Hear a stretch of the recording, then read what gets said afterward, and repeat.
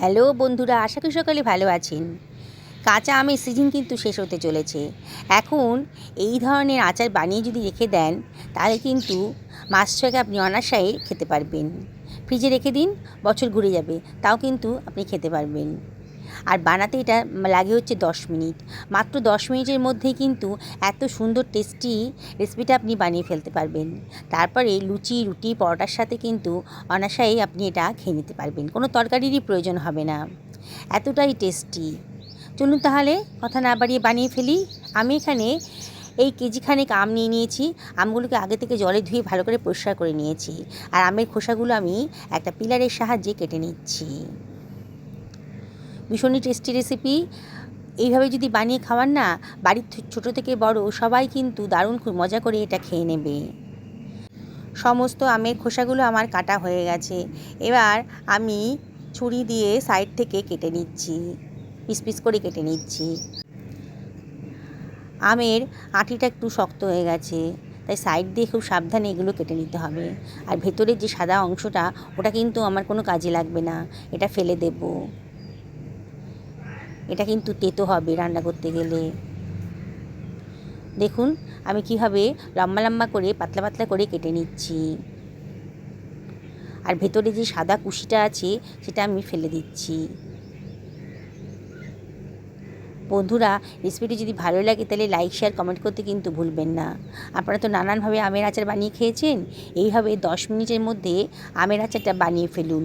দেখবেন কথা বলতে বলতেই কিন্তু দারুণ স্বাদের একটা রেসিপি আপনি তৈরি করে ফেলেছেন। সমস্ত আমের ভেতরের সাদা কুশিটা আমি ফেলে দিলাম। দেখুন কীভাবে লম্বা লম্বা করে কেটে নিচ্ছি। এইভাবে সমস্ত আমগুলো থেকেই কুশিগুলো বাদ দিয়ে দেব, আর আমগুলোকে লম্বা লম্বা পাতলা পাতলা করে কেটে নিচ্ছি। বন্ধুরা, যারা রেসিপিটা দেখছেন অথচ এখনও আমাকে সাবস্ক্রাইব করেননি, তাদের কাছে আমি একান্ত রিকোয়েস্ট করব আমার চ্যানেলটা সাবস্ক্রাইব করার জন্যে।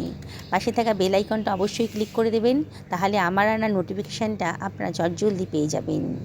আমার এই চ্যানেলে আমি নিত্য নতুন খুবই সাধারণভাবে বানানো যায় অথচ ভীষণই টেস্টি রান্না তৈরি করতে ভালোবাসি। দেখুন আমার আমের পিসগুলো কাটা হয়ে গেছে। একটা ফ্রাই প্যান গরম করতে দিয়ে দিয়েছি। ফ্রাই প্যানের ভেতরে 1 টেবিল চামচ সর্ষের তেল দিয়ে দিলাম, আর দিয়ে দিচ্ছি 1/2 টেবিল চামচ হিং। দারুণ সুন্দর একটা গন্ধ বেরোবে। এবার এর ভেতর দিয়ে দিলাম 1/2 টেবিল চামচ গোটা জিরে, 1/2 টেবিল চামচ সর্ষের দানাও দিয়ে দিলাম। এবারে এর ভেতরে আমি দিয়ে দিচ্ছি 1 টেবিল চামচ মৌরি। 1 টেবিল চামচের বেশি দেবেন, তাহলে কিন্তু দারুণ সুন্দর টেস্ট আসবে। আমি এখানে 1.5 টেবিল চামচ মতো দিলাম। এখানে মৌরিটা দিলে খুবই সুন্দর একটা ফ্লেভার আসবে, টেস্টিও হবে। 1 টেবিল চামচ লবণও দিয়ে দিলাম। দিয়ে সব কিছু খুব ভালো করে ফ্রাই করে নিচ্ছি। সুন্দর একটা গন্ধ বেরোতে শুরু করেছে। গ্যাসের ফ্লেমটা কিন্তু এই সময় লোতেই রাখবেন। চেষ্টা করবেন ননস্টিকের কোনো পাত্রে রান্না করতে, লোহাটা না ইউজ করাই ভালো। টক জিনিস রান্না হচ্ছে তো বিপরীত অ্যাকশান হয়ে যেতে পারে। দেখুন মশলাটা কিন্তু খুব সুন্দর করে ভাজা হয়ে গেছে। এবার সামান্য একটু কালো জিরে দিয়ে দিলাম, আর দিয়ে দিচ্ছি 1/4 টেবিল চামচ মতো মেথি দানা। একটু পরে দেবেন কালো জিরে আর মেথি দানাটা, নাহলে কিন্তু তেতো হয়ে যেতে পারে। ওটা দেওয়ার পরেই আমি কেটে রাখা আমের টুকরোগুলো দিয়ে দিচ্ছি। দিয়ে সব কিছু আবারও খুব ভালো করে মিশিয়ে নিচ্ছি। গ্যাসের ফ্লেমটা এই সময় হাইতে করে দিয়েছি, আর সব কিছু খুব ভালো করে ভাজা ভাজা মতো করে নিচ্ছি। খুবই টেস্টি রেসিপি, মাত্র 10 মিনিটের মধ্যেই কিন্তু এটা বানিয়ে ফেলতে পারবেন। কোনো ঝামেলা নেই, রোদে দেওয়ার ঝামেলাও নেই, এতটাই টেস্টি। 1/4 টেবিল চামচ মতো হলুদের গুঁড়ো দিয়ে দিলাম, এটা কালারের জন্য দিলাম। আর দিয়ে দিচ্ছি 1/2 টেবিল চামচ কাশ্মীরি লঙ্কার গুঁড়ো, কালারের জন্যে সুন্দর একটা কালার আসবে। দেখতে ভালো হলে পরে কিন্তু খাবার রুচিটা অনেক বেড়ে যায়। সব কিছু আবারও খুব ভালো করে মিশিয়ে নিচ্ছি। একটু ভাজা ভাজা মতো করে নেব। 1.5 থেকে 2 মিনিট এইভাবেই এটাকে ভাজা ভাজা মতো করে নিতে হবে। আস্তে আস্তে আমের কালারটা কিন্তু চেঞ্জ হয়ে যাচ্ছে। দেখুন বন্ধুরা, যেসব বন্ধুরা ফেসবুক থেকে রেসিপিটা দেখছেন তাদেরকে আমি রিকোয়েস্ট করব আমার পেজটা ফলো করার জন্যে।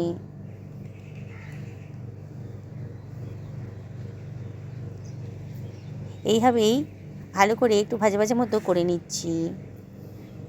একবার আমার কথা শুনে এইভাবে বানিয়ে দেখুন। ফ্রিজে রেখে দেবেন, তরকারি করতে হবে না, এটা দিয়েই লুচি রুটি পরোটা খেয়ে নিতে পারবেন। ঢাকা দিয়ে দিলাম, ঢাকা দিয়ে মিনিট 5-6 এটাকে রান্না করে নেব লো ফ্লেমে। দেখুন আমটা কিন্তু অনেকটাই নরম হয়ে গেছে, দেখেই মনে হচ্ছে। আবারও একটু নাড়াচাড়া করে নিচ্ছি। এইবারে আমি এর ভেতর দিয়ে দিচ্ছি গুড়। আপনারা চিনি দিতে পারেন, আমার কাছে গুড়ের পাউডার ছিল, সেটাই দিয়ে দিয়েছি। আমি 1 কেজি আমের জন্য প্রায় 500 গ্রাম মতো গুড় দিয়েছি। তবে মিষ্টিটা নিজেদের পছন্দ মতো দেবেন।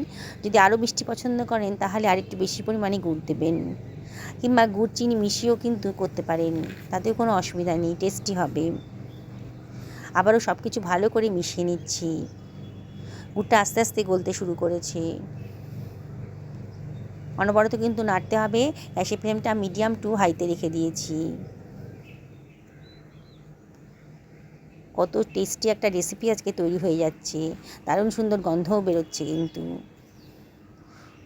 আর সবচেয়ে বড় কথা, এটা বানানোর জন্য কোনো ঝামেলাই নেই, রোদে দেওয়ারও প্রয়োজন নেই। দেখুন গুড়টা কিন্তু আস্তে আস্তে বেশ গলে যাচ্ছে, আর কালারটাও কিন্তু সুন্দর একটা আসছে। এইভাবেই বানিয়ে দিন। এবার ঢাকা দিয়ে লো ফ্লেমে মিনিট 5-6 রান্না করে নেব। মাঝে মাঝে কিন্তু ঢাকাটা তুলে একটু নাড়াচাড়া করে দেবেন। দেখুন গুড়টা কিন্তু পুরো গলে গেছে, আর কতটা গ্রেভি মতন হয়ে গেছে। আমি কিন্তু জল দিইনি, জল ইউজ করবেন না, তাহলে কিন্তু আচারটা পচে যেতে পারে। দেখুন আমটা একেবারে নরম হয়ে গেছে, দেখুন কত সুন্দর দেখতে লাগছে। এবার 1/2 টেবিল চামচ মতো গোলমরিচের গুঁড়োও দিয়ে দিলাম,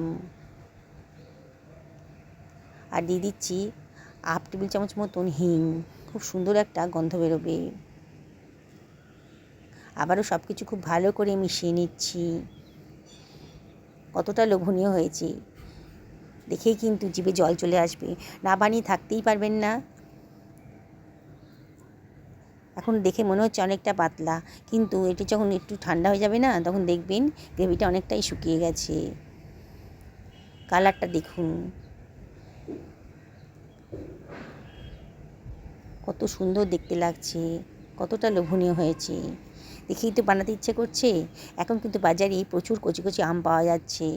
এই কাঁচা আমের এই রেসিপিটা আপনারা অবশ্যই বাড়িতে একদিন বানিয়ে ফেলুন। এবারে আমি 1/2 টেবিল চামচ চাট মশলা এর ভেতরে দিয়ে দিলাম, দারুণ সুন্দর চটপটা স্বাদ আসবে। দেখুন আবারও সব কিছু খুব ভালো করে মিশিয়ে নিচ্ছি। গ্যাসের ফ্লেমটা লোতেই রেখেছি, আর একটু নাড়াচাড়া করে দিচ্ছি। কালারটা দেখুন কত সুন্দর দেখতে লাগছে, আর কতটা লোভনীয় হয়েছে। বললাম তো, না বানিয়ে থাকতেই পারবেন না। মাত্র 10 মিনিটে কোনো ঝামেলা ছাড়াই, রোদে দেওয়ার ঝামেলা ছাড়াই, বানানোর কোনো সমস্যা ছাড়াই কিন্তু বানিয়ে ফেলতে পারবেন এই সুন্দর রেসিপিটা। আমি এর গ্যাসের ফ্লেমটা অফ করে দিয়েছি, আর এটাকে আমি একটা সার্ভিং প্লেটে সার্ভ করে দিচ্ছি। দেখুন কতটা লোভনীয় হয়েছে। এটা অবশ্যই একদিন বাড়িতে বানিয়ে ফেলুন। আমি আপনাদেরকে আবারও রিকোয়েস্ট করব, একদিন বাড়ি ফেলুন, পরিবারের সকলকে খাওয়ান, নিজেও খান, দেখবেন সবাই খুব আনন্দ পাবে। সুস্থ থাকুন, ভালো থাকুন, নমস্কার নেবেন।